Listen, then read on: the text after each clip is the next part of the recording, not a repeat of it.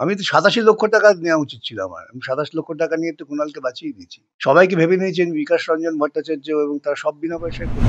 কুণালের কাছে আমার তো ওপেন প্রস্তাব। ধর্মতলার মোড়ে আমি বেত খাবো। যদি টাকা আমাকে দেখাতে পারে দিয়েছে ২৭ লক্ষ। দেখাতে না পারে নবান্নের ১৪ তলায় পিসির পাশে বসে ওকে ২৭ লক্ষ থাপ্পড় খাওয়াবো। রিভিউ পিটিশন জীবনে হবে না, হলেও কোনো লাভ নেই।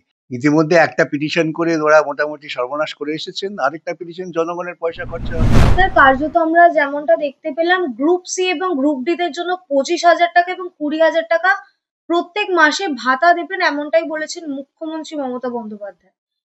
এটা কি সুপ্রিম কোর্টের এই রায়ের পর গ্রাহ্য করা যায়? চায় না তো।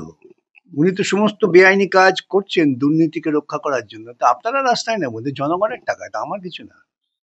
আমি যা ট্যাক্স দেয় সেটা দিই এবং দেবো। কিন্তু সাধারণ মানুষের কষ্টের উপার্জনের পয়সা সরকারি তহবিল তৈরি হয়। সেই তহবিলকে দুর্নীতিকে লালন পালন করার জন্য যখন ব্যবহার করা হয়, তখন তো জনগণের উচিত সবাই মিলে রাস্তায় নামা।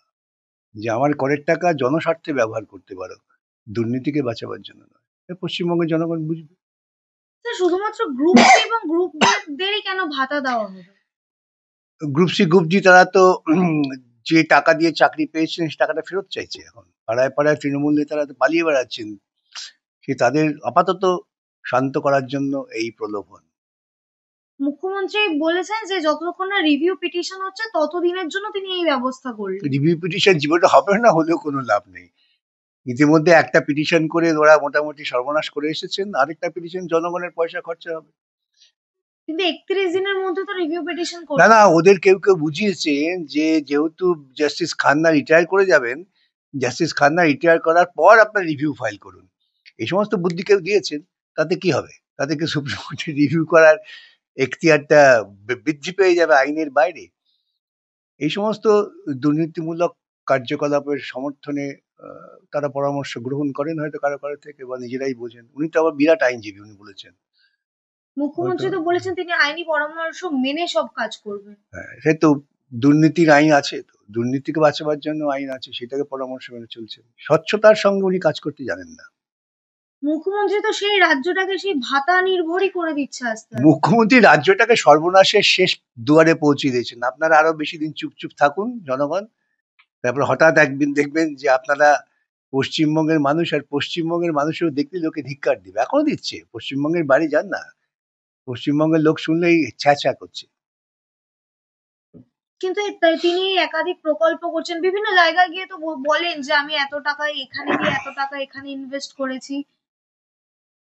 প্রকল্পের সামাজিক কোনো মূল্যায়ন হয়েছে? আপনারা কখনো মূল্যায়ন করেছেন সাংবাদিকরা যে এই প্রকল্পের লাভ কি হয়েছে সামাজিকভাবে? কন্যাশ্রী প্রকল্প চালু হয়েছে, মেয়েদের স্কুলে ড্রপ আউট বেড়ে গেছে।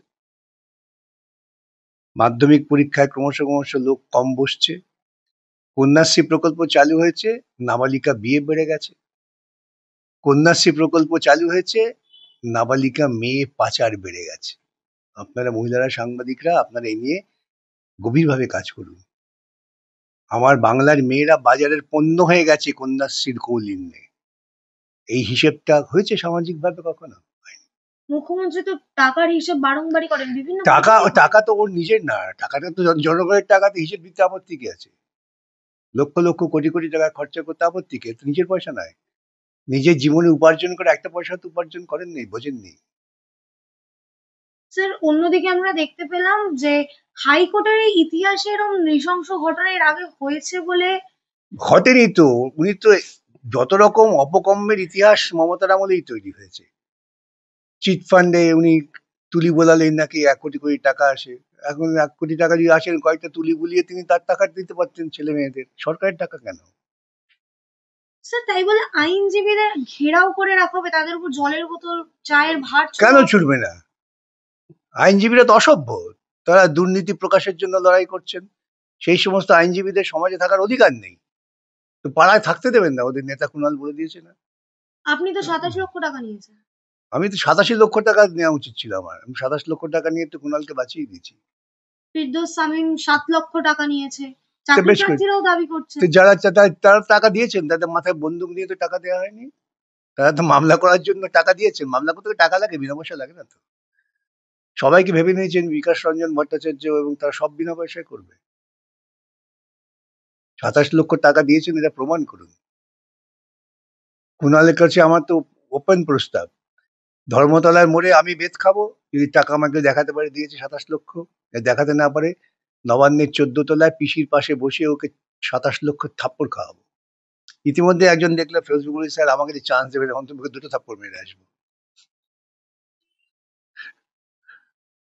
ঠিক আছে? কিন্তু কুণাল ঘোষ তো ঠিক তার পরের দিনই প্রেস কনফারেন্স করলেন। আরে তো করবে না কেন? কুণাল ঘোষ গুন্ডাদের পাঠিয়েছিলেন আমাদের, মোহাম্মদ সেলিমেরও ছবি দেখাচ্ছে তাতে কি হয়েছে? আমরা যে তো আমরা অযোগ্যদের আমরা তো বলছি, র্যালিতে নাকি তিনি হেঁটেছেন। আমরা তো বলছি যে দুর্নীতি মুক্ত ব্যবস্থার মধ্য দিয়ে যোগ্য প্রার্থীদের চাকরি দেওয়া হোক। এটা এখনো বলছি, তখনও বলেছি, এখনো বলছি। ওদের বক্তব্য হচ্ছে দুর্নীতি করে যারা চাকরি পাবেন তারাই যোগ্য, আর যারা পাবেন না তারা অযোগ্য। কুণাল ঘোষের প্রেস কনফারেন্স ঠিক তার পরেক্ষণই মুখ্যমন্ত্রী ভাতা ঘোষণা করছেন। রাজ্য কি? কোন জায়গায় দাঁড়াচ্ছে? সেটা আপনারা মানুষের কাছে বলুন। রাজ্য বলে আর কিছু নেই। পশ্চিমবঙ্গ রাজ্যটা যে কৌলিন্য নিয়ে মানুষের কাছে হাজির ছিল, আজকে সে কৌলিন্য নেই। স্যার আমরা যতদূর জানি এই মামলার পরবর্তী শুনানি আছে 6 তারিখ ওয়ার্ক এডুকেশন এন্ড ফিজিক্যাল এডুকেশনের। সেই দিনও যদি আবার ওই একই ঘটনা ঘটে? করুক না, কি হবে? আমার জুনিয়রদের আটকাতে পারবে না। আমাকে আটকানোর কথা বাদই দিন। মামলা হবে, কোর্ট মামলা হবে, বিচারপতিরা আইনসঙ্গতভাবে সাংবিধানিক দিক থেকে বিচার করবেন। আপনারা আইনি কোনো পদক্ষেপ নেবেন না? কার? পাগলের বিরুদ্ধে? পাগলের বিরুদ্ধে কোনো আইনি পদক্ষেপ নেওয়া যায় না তো।